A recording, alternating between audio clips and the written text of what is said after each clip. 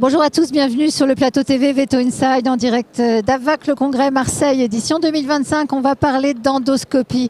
Eh bien, comment se former, comment progresser? Bah oui, c'est pas facile l'endoscopie et pourtant on est amené à en faire de plus en plus. Je vous propose d'en parler avec notre consoeur Fanny Bernardin, spécialiste en médecine interne, parce que l'endoscopie, c'est aussi son dada. Bonjour Fanny. Bonjour Valérie. Bon Fanny, d'abord, quel délai moyen pour être à l'aise en endoscopie digestive? Parce que c'est vrai que c'est une question qu'on se pose. Parfois, on peut être un petit peu dépité, quoi. C'est très variable, Valérie. Ça dépend de l'habileté de chacun. Ça dépend aussi du nombre d'endoscopies qu'on va faire. C'est sûr que quand on fait 1 à 2 endoscopies par mois, par rapport à une endoscopie par jour ou par semaine, ça n'a rien à voir.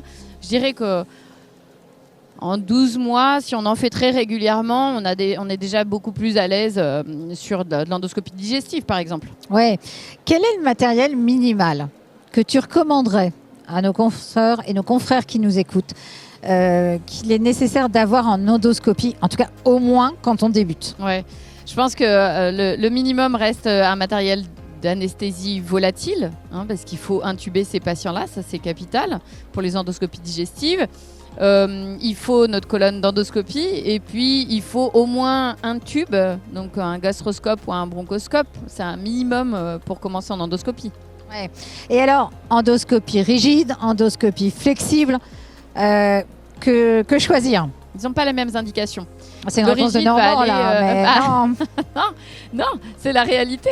L'endoscopie rigide, on va aller explorer les cavités nasales. Donc, quelque chose sur lequel c'est rigide, on peut aller tout droit seulement. L'urètre d'une femelle, par exemple. Mais toutes les autres indications, c'est du souple.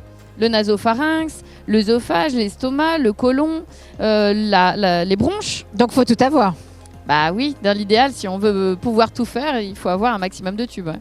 Bon, quels sont les critères de choix minimaux, selon toi, pour un endoscope? Parce qu'on le voit, les gammes d'endoscopes, il y en a même de plus en plus qui sont proposées par différents acteurs en imagerie, et je ne citerai pas de marque.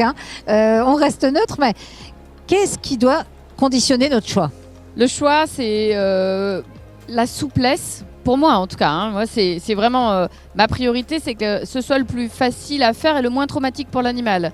Donc un tube qui est bien souple, qui est d'un diamètre adapté, qui a un canal opérateur avec lequel on va travailler, parce que le tout n'est pas de voir, mais aussi de prélever tout ce qu'on ne voit pas et tout ce qu'on voit. Donc ça reste un élément important. Et puis il faut que ce soit solide, un matériel solide, parce que quand on commence, on n'est pas forcément très sympa avec le matériel. Donc il faut avoir un SAV dispo aussi pour ces tubes-là. Ouais, tout à fait. Et puis une belle qualité d'image quand même, si possible. Ah bah oui, là si on veut se faire plaisir, oui, ça. Moi c'est ma priorité aussi d'avoir des très belles images à exploiter pour les confrères. Ouais. Parce que on ne cite pas de marque, mais est-ce que tous les endoscopes ont la même qualité d'image? Non, clairement pas. Donc il faut se faire l'œil. Il faut prendre l'habitude d'essayer d'avoir la meilleure image possible. Il y a effectivement plein de marques différentes. Chacun a sa préférence. Bon, et pour finir, si je veux progresser en endoscopie, si je veux me former, parce que c'est pas facile de s'auto-former quand même, qu'est-ce que tu conseillerais?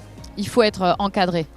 Honnêtement, se former tout seul, entre guillemets, un peu sur le tas, c'est prendre le risque de blesser certains animaux et puis de prendre de mauvaises habitudes. Donc il faut se former soit dans des centres spécialisés, dans des hôpitaux universitaires, avec la VAC qui propose des formations d'endoscopie. Et puis ça peut être aussi des mentorats individuels avec certains spécialistes qu'on connaît, par exemple. Mais il faut se former pour avoir les bonnes pratiques et être le plus efficace, le plus rapide possible pour l'animal comme pour soi. Oui, exactement. On se sentira mieux après. En tout cas, merci beaucoup Fanny pour ce petit point sur l'endoscopie. J'espère que ça vous aura intéressé, que ça vous aura donné quelques tips et puis surtout pour vous aider, si vous avez un choix d'endoscope à faire avec les priorités pour faire ce choix. Puis la meilleure façon, on peut aussi parfois les essayer. Oui, bien sûr. Il faut avant d'investir. Voilà, essayez avant d'acheter parce que essayer, c'est parfois l'adopter. Sans mauvais jeu de mots, en tout cas, suivez-nous sur Veto Inside. Si vous avez aimé ces infos, allez, à très vite.